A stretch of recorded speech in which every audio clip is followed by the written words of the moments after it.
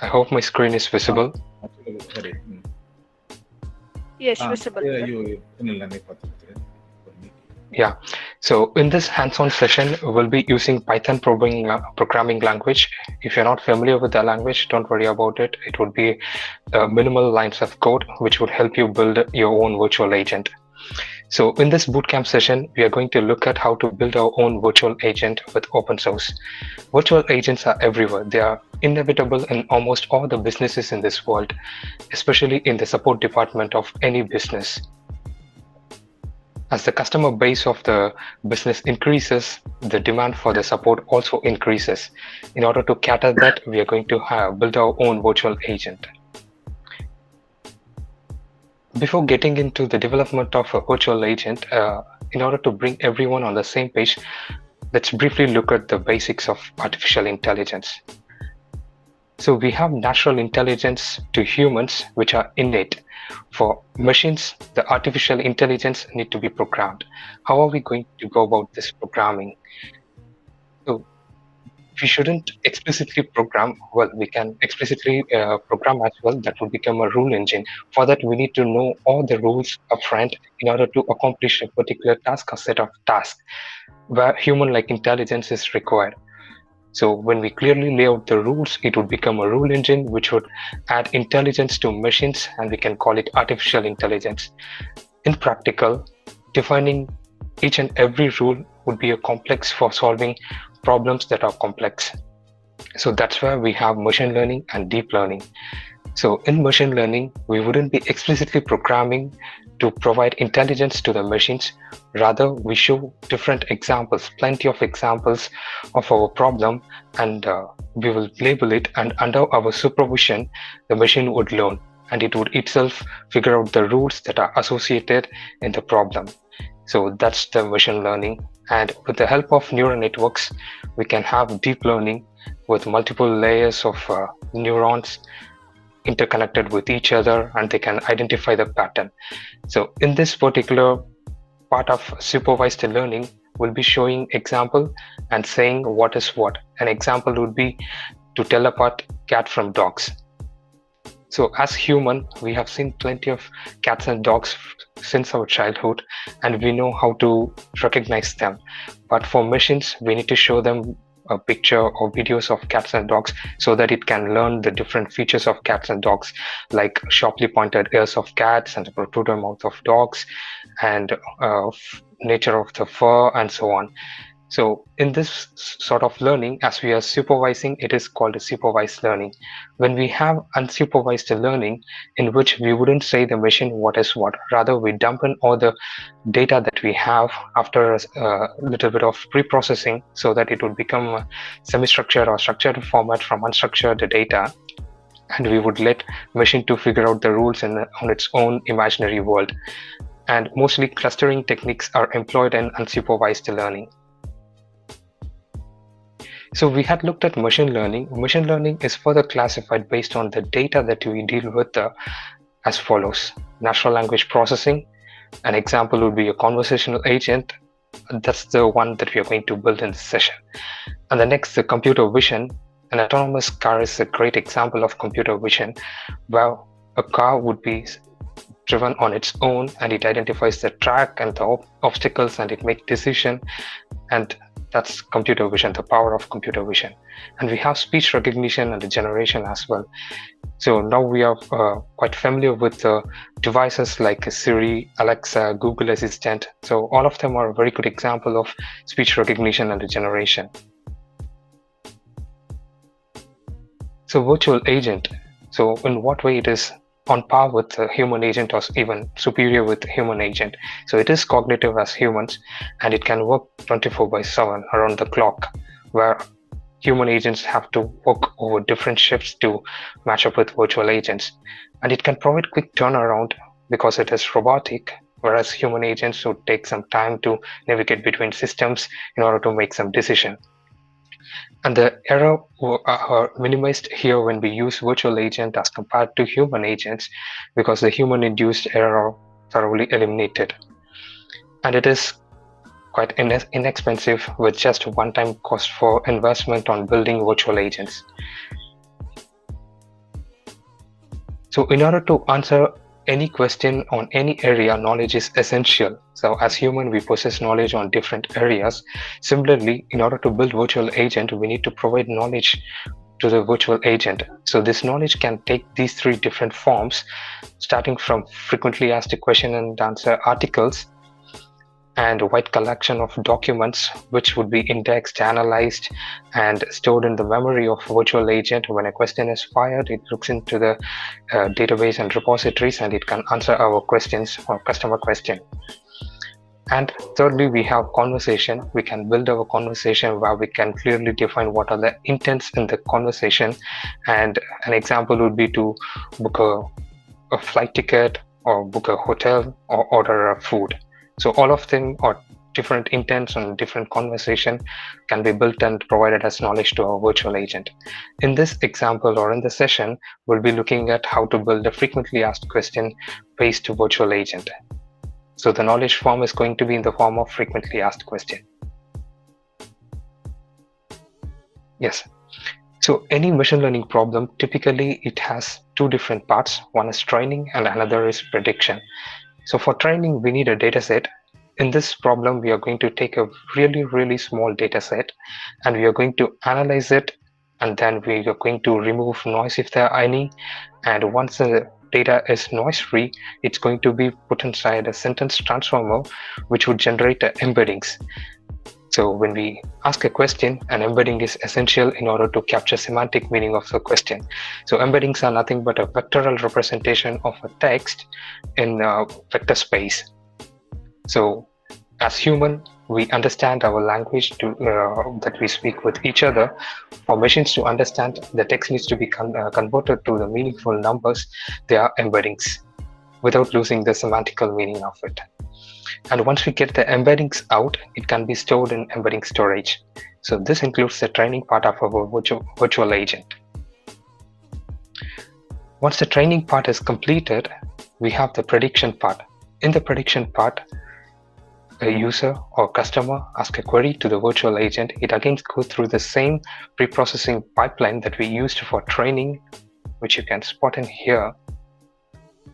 And again, the embedding is calculated for this user query, and the computed embedding is compared against a list of stored embeddings to identify the best match of a user query. So with that user query matched with the set of query present in our data set, we can easily look up the answer and we can display it to the user. So that's the logic behind our virtual agent. So in the session earlier, Ashok had explained the use of open source. So to build a virtual agent, we are going to build it from scratch. So already plenty of open source libraries and softwares are available. We are going to use them. So softwares are basically classified as two different types, closed source and open source. With closed source, it's proprietary. In order to use that, we have to pay for it. With open source, it is available and accessible to anyone for free, and it is modifiable and redistributable based on the license agreement associated. And with open source, the advantage that we get is we can have tens and hundreds and thousands of brains working for our project, which can bring in more innovation and diversity to our project, which wouldn't be the case when we use the closed source, where only tens of brains would work on a project. And the platforms major platforms like TensorFlow, PyTorch of artificial intelligence are open source. So with open source, even you and I become a contributor by reporting a bug and fixing them. So with all these advantages on our side, we are going to use open source for our virtual agent building. So quick recall on the key consideration that Ashok had explained while considering open source. So we need to be careful at all these four aspects of the software, which are support, security, quality, and license agreement. So analyzing all of them are not an easy task, and it requires diligent analysis and tremendous effort and time. So in order to ease that, so we have a platform called Candy, and that's the platform I typically use whenever I were to build any application from open source. So that's what we're going to look at with Candy.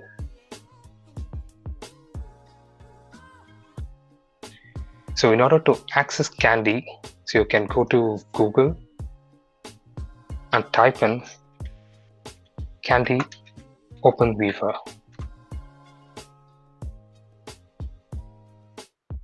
The first link that appears with candy.openweaver.com. So this is a landing page of the platform Candy, and it enables us to search about 500 million knowledge items across source code repositories, cloud APIs, and so on, and it provides the best match for our search. So this makes one of the parts of our Candy platform, another part being Explore Kits. Under Explore Kits, we have plenty of kits that are already built, and they are categorized based on hot technologies, industries, popular languages, so on and so forth. So all of them are grouped, and you're free to check all of them out under Explore Kit section. Let me put this link into the chat box so that you can all quickly access to it.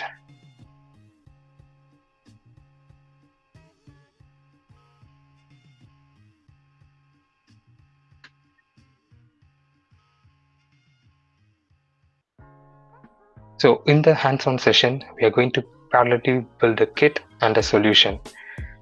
So I suggest you all to follow along and build Candy kit along with me, whereas you can choose to follow along, and you need to follow along, and you can focus on just building the solution part. So you don't have to be together while I'm programming.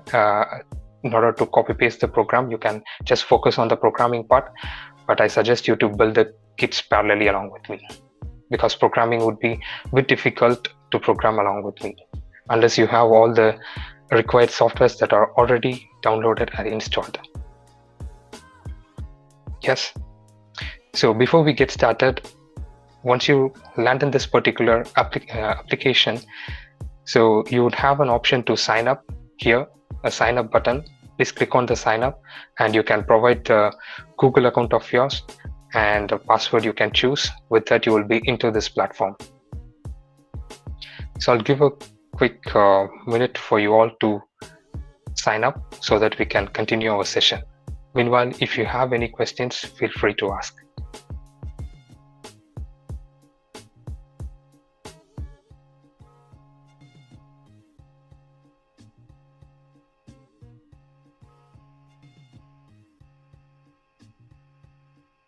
So access the link which is present in the chat box and go over here, find sign up button, tap or click on the sign up button, enter your Google address and choose a password. You will be into this Candy platform.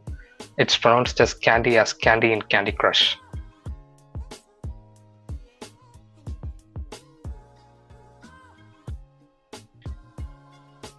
If you face any difficulty in signing up, please let me know. Until then, the forum is open for queries.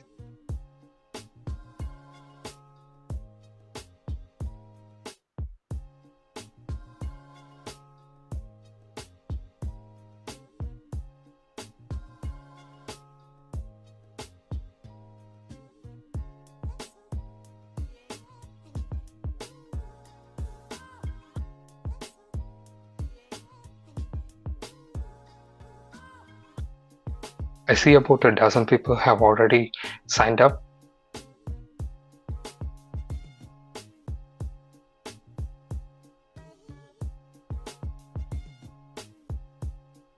Let's give some more time for people to sign up.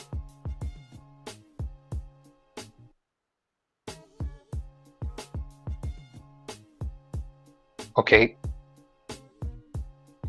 Attendees are saying signed in. Excellent.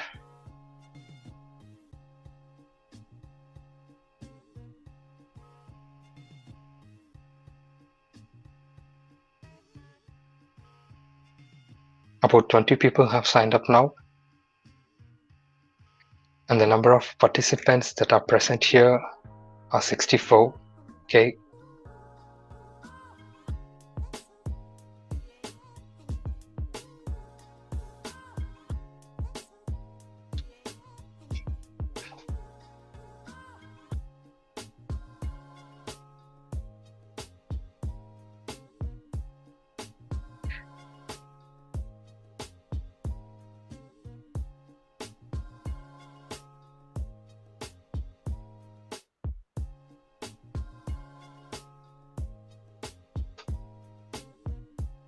Are there any questions to ask?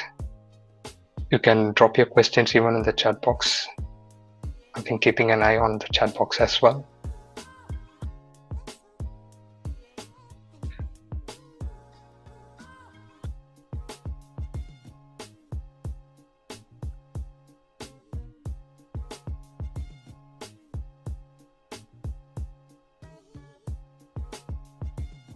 Thanks for the confirmation, Nitish, Mukul, Raghuram, Sujit, Naveen.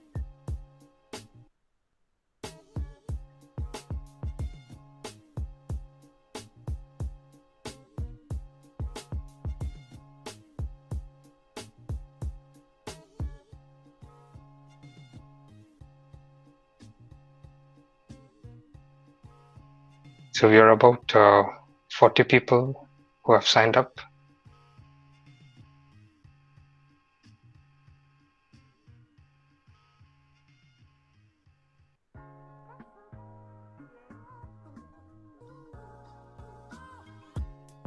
All right, so let's get started with our session. Continue our session. So we have different kits that are available. I already have a kit which is built that contains all the components that are required for virtual agent. So let's look at it. So under Explore Kits, search in page by typing virtual agent example kit. I'll drop this search word in the chat box. When you have signed up and you are in Candy, go to Explore Kit page and search for virtual agent example kit, right?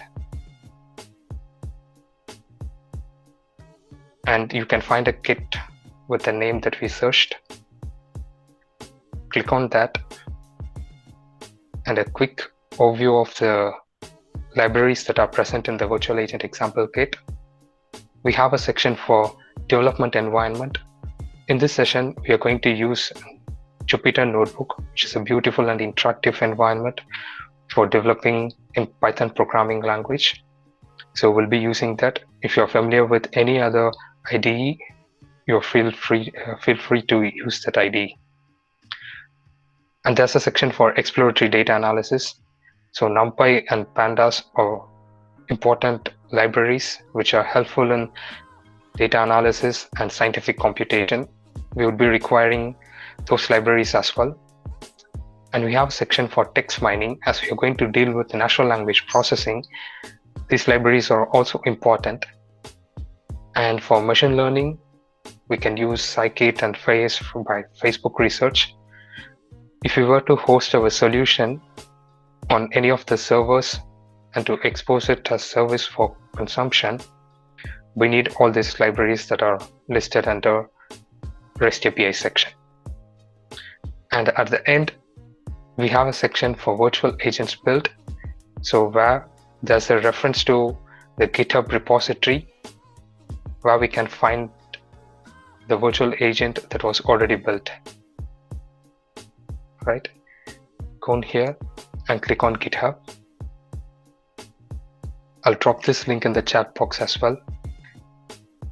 This link is also important because this is where we are going to get our dataset from.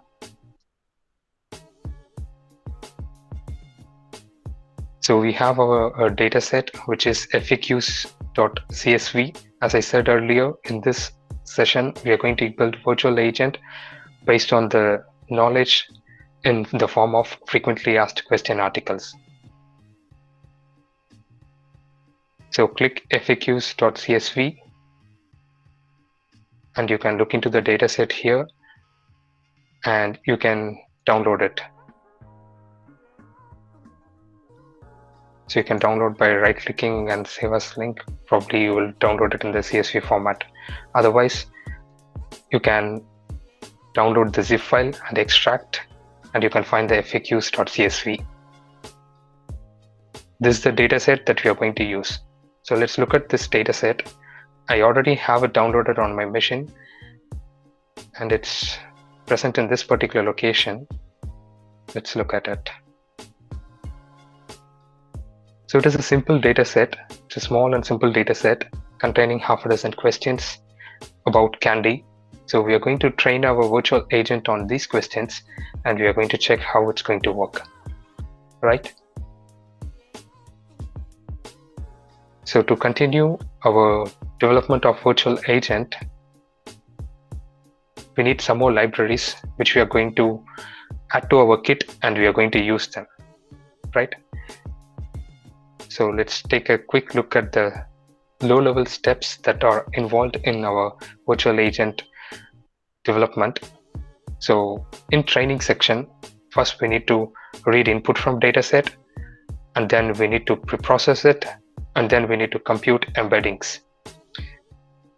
So reading input from dataset, it's in the CSV file. We are going to use pandas for it, and once it is read, we need to pre-process by removing noise that are present in the dataset.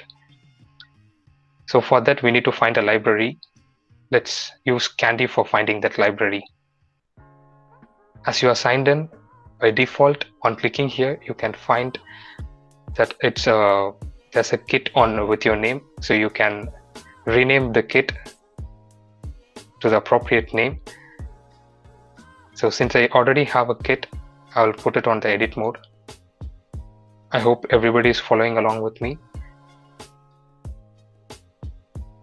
So I'm going to search for Python, remove punctuation and stop words.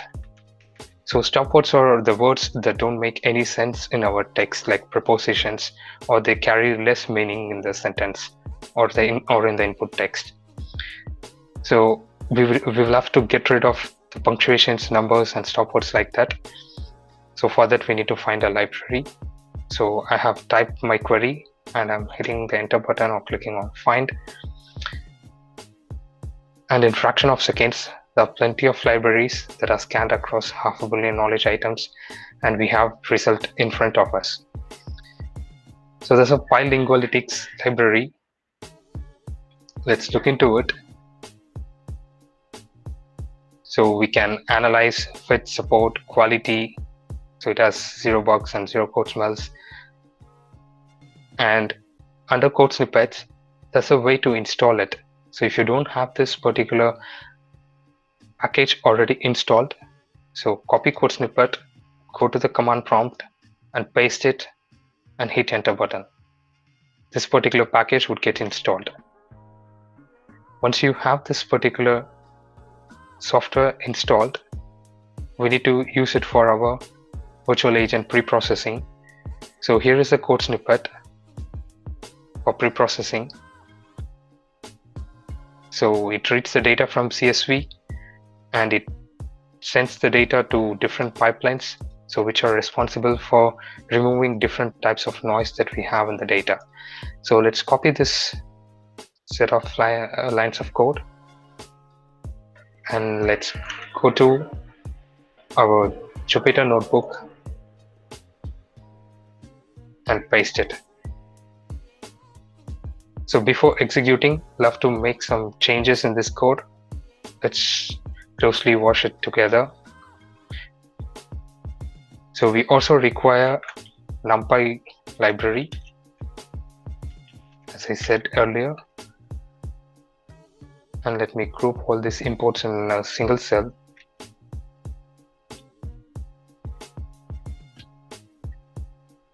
As it's getting imported, let's try to modify these lines of code. So it reads CSV from this location, well, but we don't have our dataset in this particular location. So we'll have to provide our location where the dataset exists. So before that, let me put it in a variable dataset path.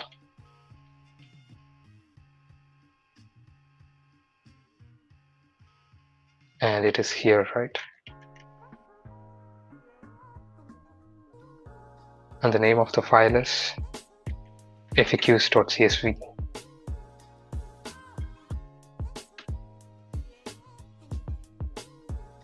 So we are going to load a dataset from this particular location. So let me put this variable. And if you look into the dataset, it has headers already defined Q and A. So I'm not going to say header none. And the separator is comma by default for comma separated files. And the name, I'm going to use the default name from the dataset. And if there are any encoding related errors, I would like to ignore them by writing this command. Alright, so with this we'll be able to load our dataset to data frame, and the data frame, from that we'll have to pre-process our query, because questions is what we are going to deal with, answer is just for the lookup purpose. So questions are present under the column Q. So I'm going to say Q, remove digits if there are any, punctuations yes, remove less than word and length 3, I'm not going to remove, I'll tell you why. And I wouldn't remove stopwords as well. It's because we are going to use sentence transformer, which is capable of computing sentence embedding. So when we have sentence embedding computed, we don't have to remove stopwords, because the stopwords are also made up of or make the sentence. So I don't want to lose any information from the sentence. So in order to use it as is, I'm just going to remove the any digits and punctuations. So I'm going to call it as cleansed query. And let's look at the dataset. Well, the dataset is loaded and the cleansed queries are also prepared. So let's go back to our steps. So dataset is read and it is pre-processed, and the next step is to compute embeddings. So as I said, we are going to use sentence transformer for computing embeddings. So again, let's go back to our Candy library, Candy platform, and there's a bilingualistics library that is already used in our solution. So I'm going to add to my kit. So if you're also on the Candy page, follow along with me and add it to your kit. So this is the library that I've used, so I've added it to my kit. If you want to use a different kit, you can examine and you can add it to your kit. So to bring in more diversity to the kit that we prepare, I suggest you all to add a different library to your kit, not the one bilingualistics. Maybe the one like text preprocessing, you can add it to your kit, so on and so forth, right? So as you add it, when you click on My Kits, you can check what are all the libraries that you have added, right? So as we have added this, let's move on to search for the next library, which is to get embeddings. So I'm going to say I need state-of-the-art sentence embedding. So I'm searching, and there's one with multilingual sentence and image embeddings with BERT.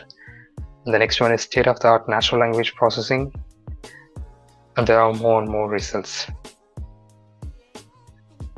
So for demonstration purpose, I'll be using sentence transformer. Feel free to explore other libraries and add it to your kit, right? So again, it has installation step. It is already installed in my machine. If it isn't installed in your machine, copy this code snippet and go to command prompt, paste it and hit enter button. This particular library also would get installed. So once it is installed, The next step is to compute embeddings. For that, when you click on getting started, you have 2 lines of code to load a model. So copy this. Let's go back to our IDE and paste it. So this particular model is already trained on billions of documents and sentences and input text across Wikipedia and other large corpus. So all this knowledge are transferred and they are present in this particular model, which we are going to use for computing embeddings. There are other set of models which are available as well. If you are interested, you can explore them from Candy. So in order to explore that, go over here and click on export.net. Go to pre-trained models. So what we have chosen is one of those pre-trained models. So we have chosen the paraphrase one. So there are others as well. So look into all these metrics. So some of them are faster when we load it. Some of them are good at predicting. And in terms of performance, a particular model could outperform the other model. So it's up to us on what aspect we need to choose our model. So if I want my model to be faster, at the same time accurate, I need to trade off between these metrics and find the one that would be apt for my problem, right? So here we have used the one that is shown in the example, that is paraphrase mini-LM L6 version 2 model. So it is loaded, and once the model is loaded, computing embedding is quite straightforward. So we need to say encode, find embeddings for this particular column, which containing 6 different questions, right? It is stored in this particular column of the data frame. Let's use that. And I want the embeddings to be in tensor format. So I would say convert to tensor true. So a quick look at the documentation. So it takes sentences as input. So we have provided the sentences here, and by default convert to numpy is true. However, we want our data output to be in tensor format. So I've made this particular parameter as true, which is convert to tensor equal to true. So let's store our embeddings here. And let's quickly look at the shape of it. So there are 6 questions, is why we have 6 here, and they are represented in 384 dimension. So that's the 384 signifies. So every sentence is captured in the vector space of 384 dimension. So we have calculated embeddings for all the 6 questions, and the next step is to go to the prediction part. So with that, our training is finished. If we need it, we can store all the computed embeddings into a file, which I'm not going to do now. Rather, I'll hold them in the memory and we'll use it. So for prediction, we need to get user query. To get user query, I need to store user query in a variable. So for test purpose, let me say a phrase which is not there in this data set, which is tell me about candy. Right, we have what is candy, have feedback, how do I use candy, and so on. But we don't have tell me about candy, which is similar to asking what is candy, right?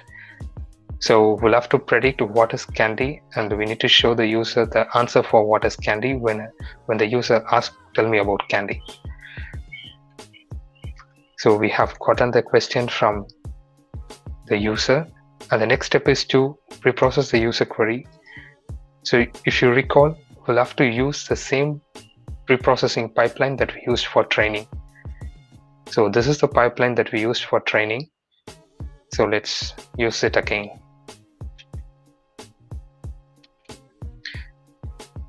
So the question that user asks need to be in the data frame format. It's because the pre-processing takes data frame. So for that, let's convert our question into data frame with the variable user query. And loading into data frame is straightforward. So pd.dataframe, because we already have pandas imported, and we'll have to provide the data and we need to mention columns. So data is already present here. I need to put it on the list because the data frame takes series as input, and columns, the name of the column would be user query, right? So yes, it is loaded. So this data frame has to go through the same pre-processing pipeline.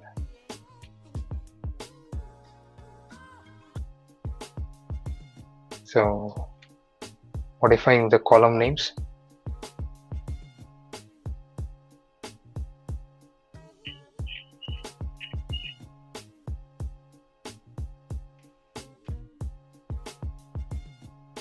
So we have user query and we have cleanse query. There ain't much difference. It's because we don't have any punctuation or numbers or anything here. So that's why. So if you add a question mark, that also would get removed, as how we have seen in the training. It's just for you to observe the difference. Okay, so it has gone through the same pipeline as that of training process. And the next step is to compute embeddings for user query. So already we have line of code for computing computing embedding for the dataset. Let's use the same for our user query. So now we'll have to modify column name and the data frame name. And we need it to convert to condenser. And I'm going to call it as user query embedding.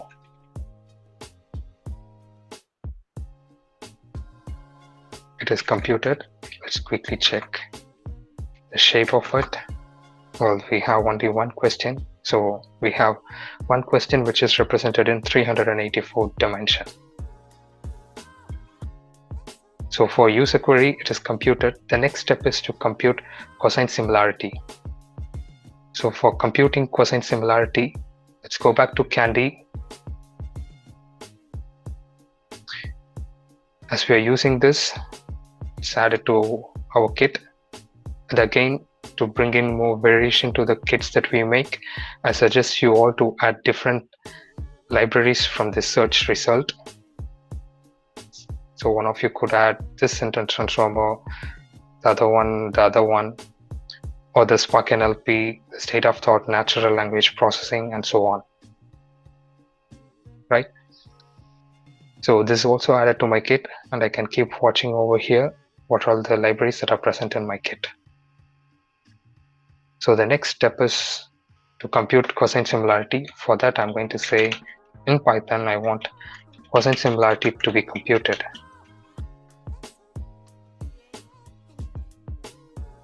Right? So sentence word with cosine similarity for Elasticsearch, we don't want to do it with Elasticsearch. So let's look at other libraries. It's something for plagiarism. And there's something about cosine similarity. So if you look at it,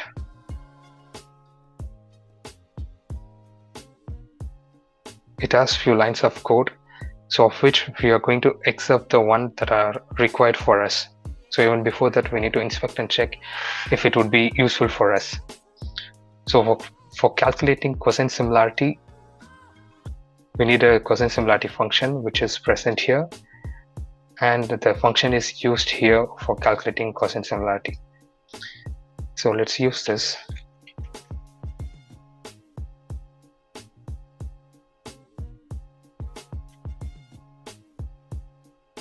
Well, it requires torch to be imported. So let me import torch. This torch gets installed as part of sentence transformer. If you're wondering how it was possible, once you installed sentence transformer, please run this particular command.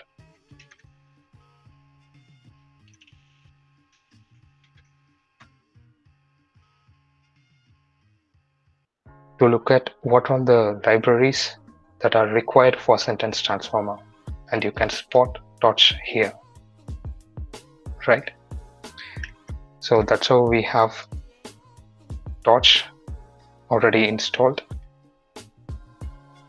So after installing, yes, successfully loaded the function for cosine similarity. And let's go back and use this function for computing similarity.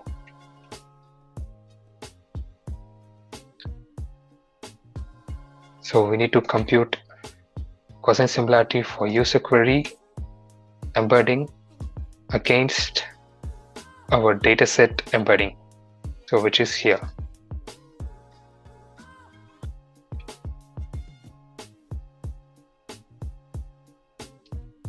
Let us check. Yeah. So each of these elements in this particular data structure indicates different cosine similarity scores when we compare the user query against each and every query that are present in the dataset. So when we compare the user query against the first query, the score that we have is 0.84. 84% match is found when we compute similarity against first question for the user query.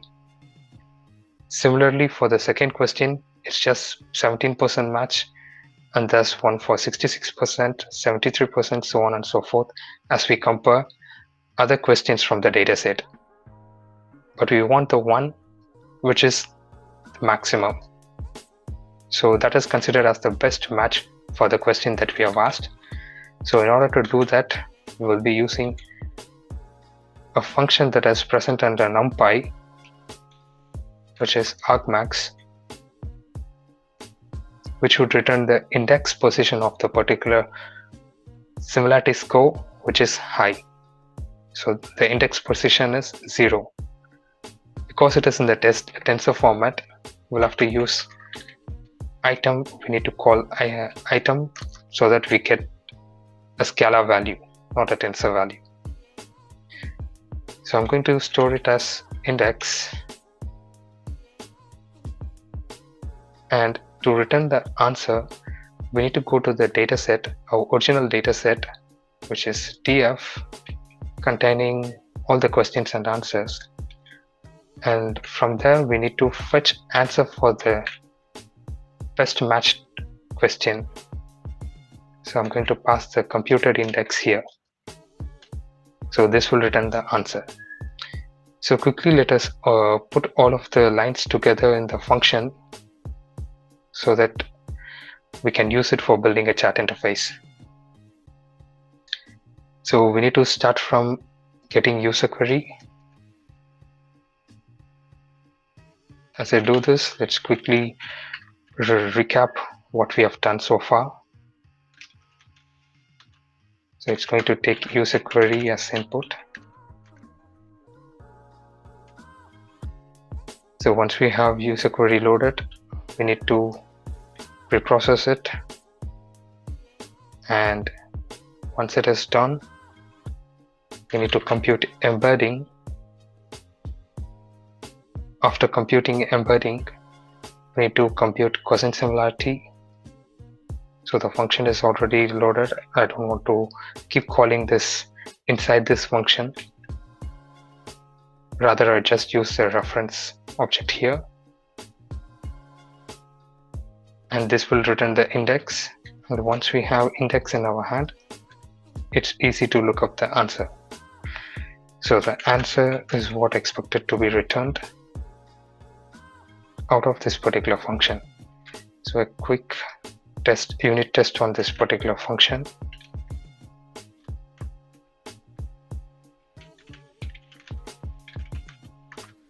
Okay, got the answer.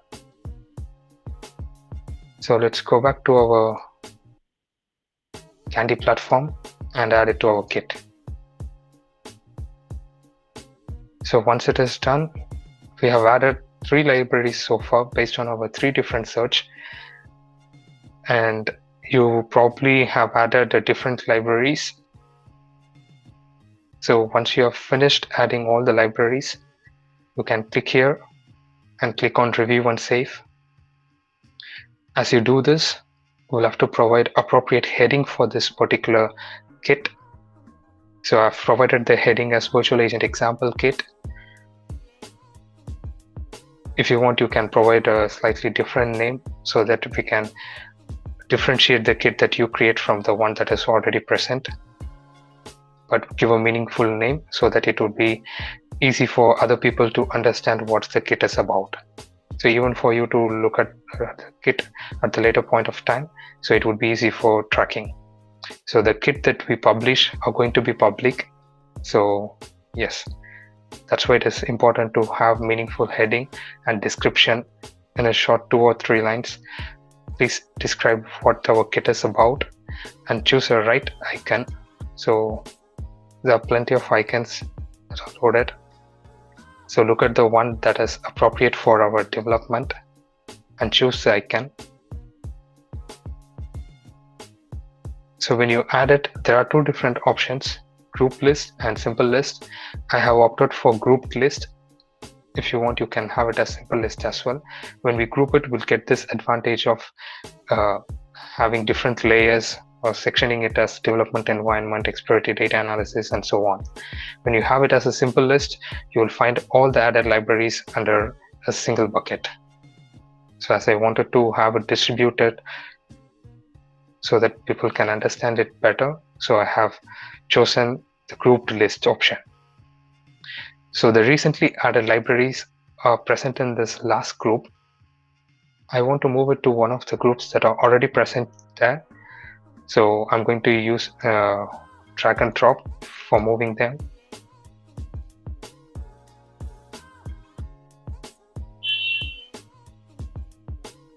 Yes. And bilingualytics, this is the one we used for text mining, which takes care of pre-processing and remove noise from our input text. So I want to move it to text mining section. So let's do that. And sentence transformer, BERT cosine similarity are machine learning based libraries. So I will move them to machine learning section. So already I have a couple of libraries that are present under machine learning section. So this will get added to that. So bilingualytics, we are going to move to text mining. Okay, so it is done. And once you have organized the libraries that are added, you can choose category optionally and subcategory. So category is hot tech and topic have given us artificial intelligence, and subtopic as natural language processing.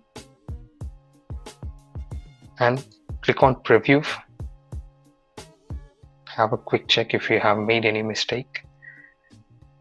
If there are any, back to edit, correct them, come back to preview and publish, and hit publish.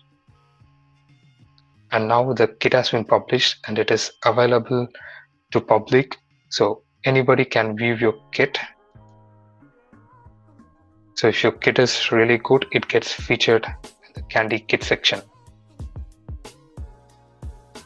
So people that browse for the kits that are already built will be able to find your kit if your kit is good. The kit quality is based on the libraries that you have chosen and the description, icon, and the heading that best conveys the meaning of the kit, and so on. So we're considering all this aspect. I encourage you to complete your kit and publish them. So as you do that, let's go back to our development of virtual agent. So it's almost completed, just that we are planning to mimic a chat interface so that we get a feel that we are using a virtual agent. In order to do that, let's create a simple infinite loop which accepts input from user by prompting ask a query, and let's load it to user query.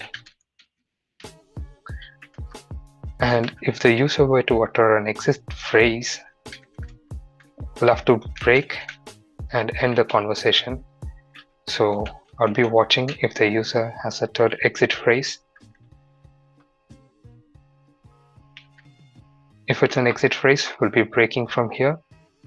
Otherwise, we'll be continuing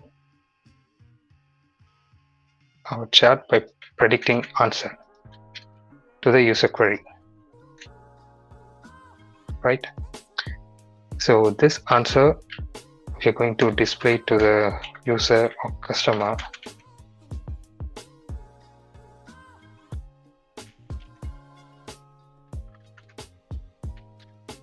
Simple line to differentiate different questions we ask. Right, I hope it is understandable. So let's try it. I'm going to ask a question, the same test question. Tell me about candy. So the expected answer has come out. So the next question I would like to ask is, I want to know more about candy. So there's a question here in the dataset, have feedback or want to know more. And there's an answer. That's slightly rephrased by saying, I want to know more.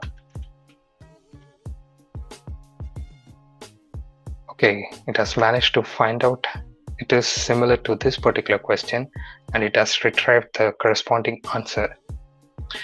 So in this similar fashion, you can try to rephrase different questions that are present here, and you can see yourself what answer you get. So that brings us to the end of this hands-on session. So I believe some of you are still trying this or publishing your kit.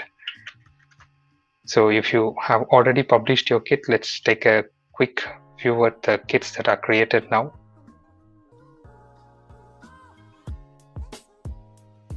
So the kits that you created, it appears at the bottom. It goes through the analysis channel to assess the quality of the kit. So attendees, if you can spot the kit that you have created during the session, please let me know. So we'll check a couple of kits before we wrap up. And if you have any questions so far as to solution or the kit creation, please let me know. Are there any questions? You can write on the chat box as well. So let's look at how many have published the kit.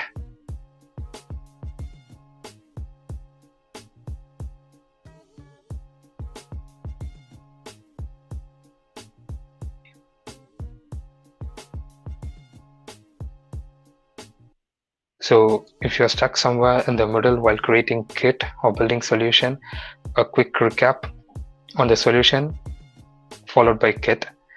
So as the solution, what we had seen here, that's what exactly have been followed. So we have a data set in CSV format. We loaded to our data frame and we analyzed it, and we removed noise if there are any, and we further processed and feed it into the sentence transformer for getting the embeddings out, and we computed the embeddings of the dataset questions. And when the user has fired a question and it has been taken through the same pre-processing channel, followed by sentence embedding, sentence transformer for computing sentence embedding, and thus computed sentence embedding was compared against already computed embeddings using a similarity engine, so which computes cosine similarity, and then we made a simple lookup to fetch the answer. That's precisely what we have done here.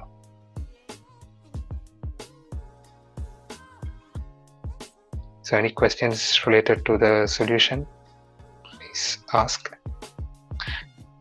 No questions so far, so let me quickly recap the kit creation part. For kit creation, there's a find libraries. I came in here, I searched library for Python to remove stop words and punctuation, and I added a library called PyLingualytics. And then I searched again to find a state-of-the-art sentence embedding.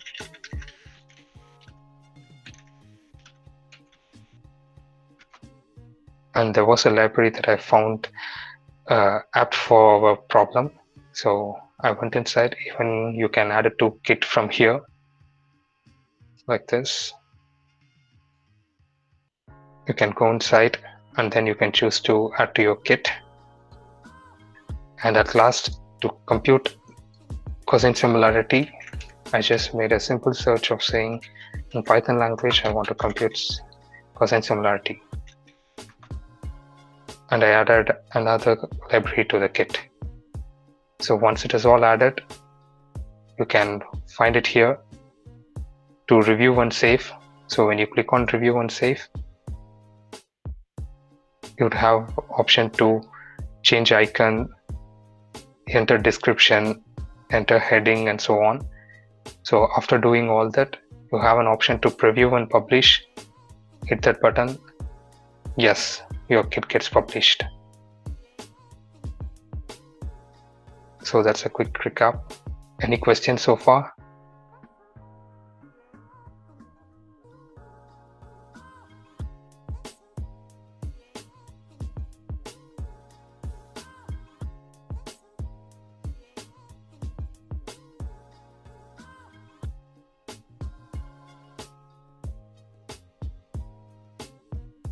And for those who have followed along and created a kit, you will be receiving a certificate.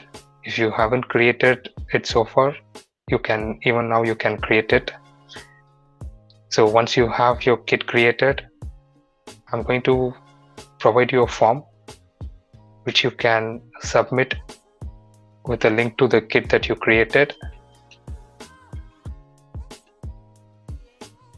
So after analyzing the kit created by you, you will be issued a certificate.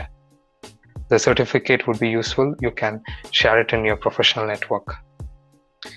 So filling this form is straightforward. You need to enter the email ID which you used for signing up in Candy and enter your full name as how you want it to appear on the certificate, and URL or link to the kit you created in this bootcamp. For those who haven't started to create, so I'll give you some more time for creating the kit, and once you get the link out of the kit, so enter it here, and quick questions around Candy, and you can click on submit. So once you submit this form, you will be eligible to receive certificate.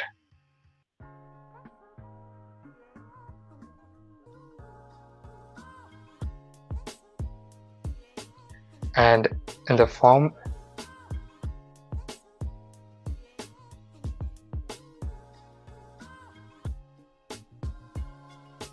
you can rate the session as well and provide your feedback.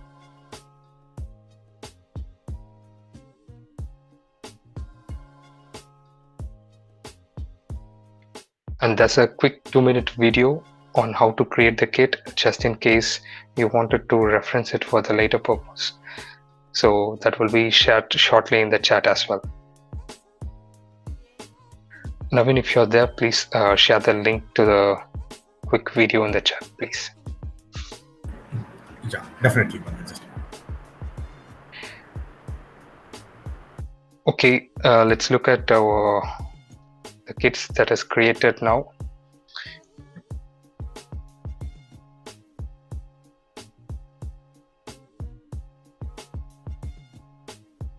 I see.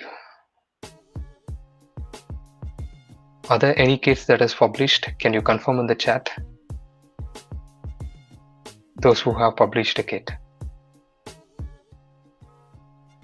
as how you did it for signing in. Okay, meanwhile, Navin has shared the quick 2-minute video on how to create the kit. so you can reference to it at any time.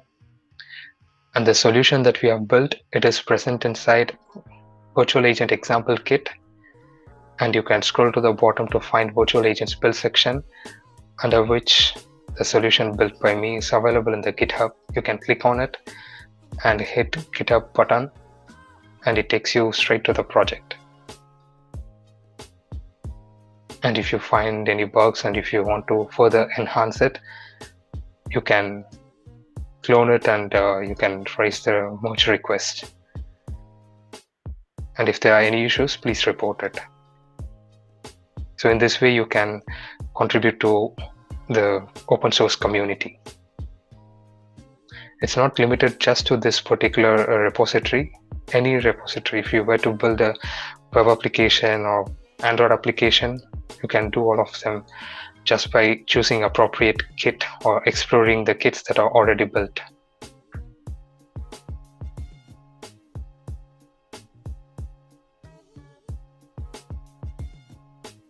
So the same set of kits that are available here, you can explore them for your capstone project, and you can get ideas inspired from that are already created. Even you can use it for your mini projects. So in different aspects, you will get benefited by exploring these kits. Similarly, the kit that you create also will get explored by people around the world. So for that purpose, please create kits and publish them. Let's quickly check in the chat box if there are any kits that are created. No kits have been created so far. If you have any difficulties, please let me know.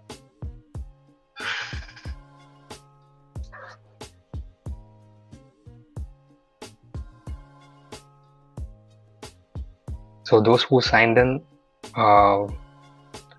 Nitish, Mukul, were you able to create kit?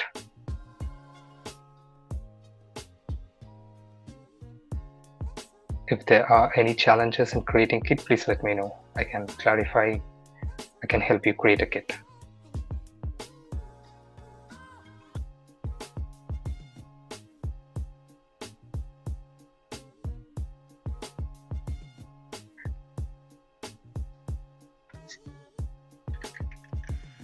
I'll leave this form or the link to the form in the chat box as well.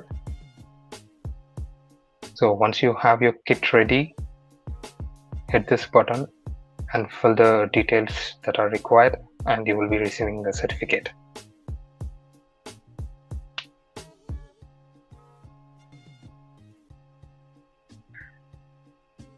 In case you found it difficult to follow along and create kit parallelly, there's a quick 2-minute video, and after watching that you can still complete creating a kit and submit the form.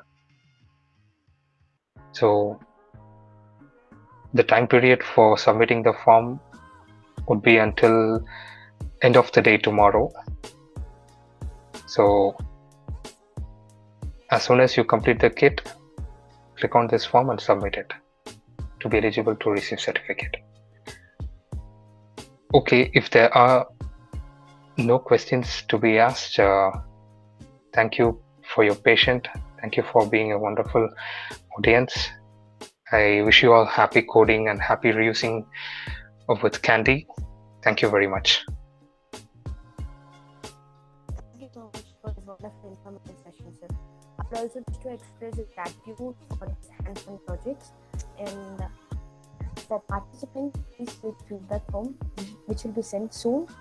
I would like to invite my friend Fellow Ketan to give a word of thanks for the session. Thank you, Sabita. I would like to thank Balaji Muniswamy sir for sparing his time training us despite his schedule. It's really a useful boot camp, sir. We gained knowledge on AI.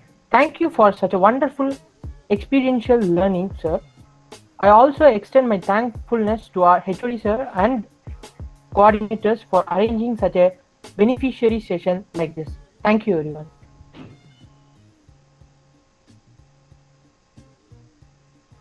On behalf of Visionary Engineering College and Department of A&S, I would like to express my gratitude towards you, sir. Really, the session is went up well and good.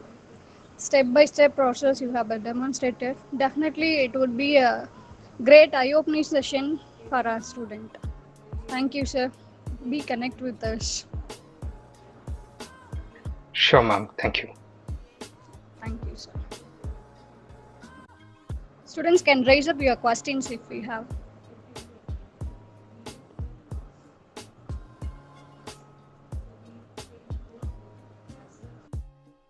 Yes, if you don't have any questions, I would like to bring up a commonly asked questions around cosine similarity. So in order to compute similarity, cosine similarity is not the only way to do that. So you can even find Euclidean distance in the vector space or the Manhattan distance. There are different ways to identify how similar an input query or input text to the set of text in the vector space model. So feel free to explore all of them.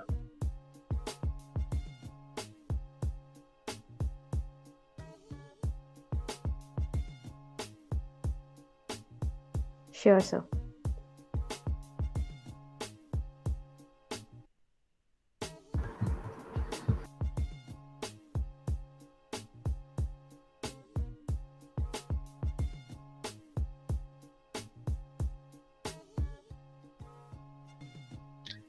And if you're shying away from asking questions, you can ask it on the chat as well.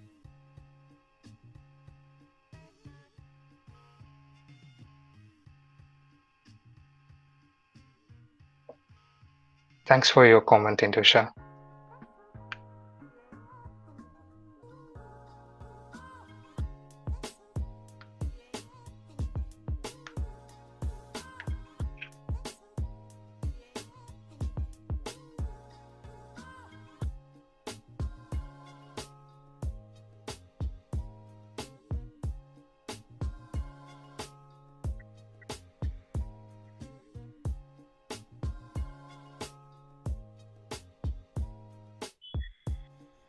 Participant, please wait a minute.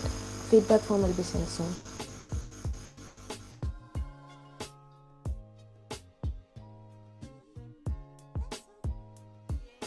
Thank you so much, sir. Once again, thank you so much.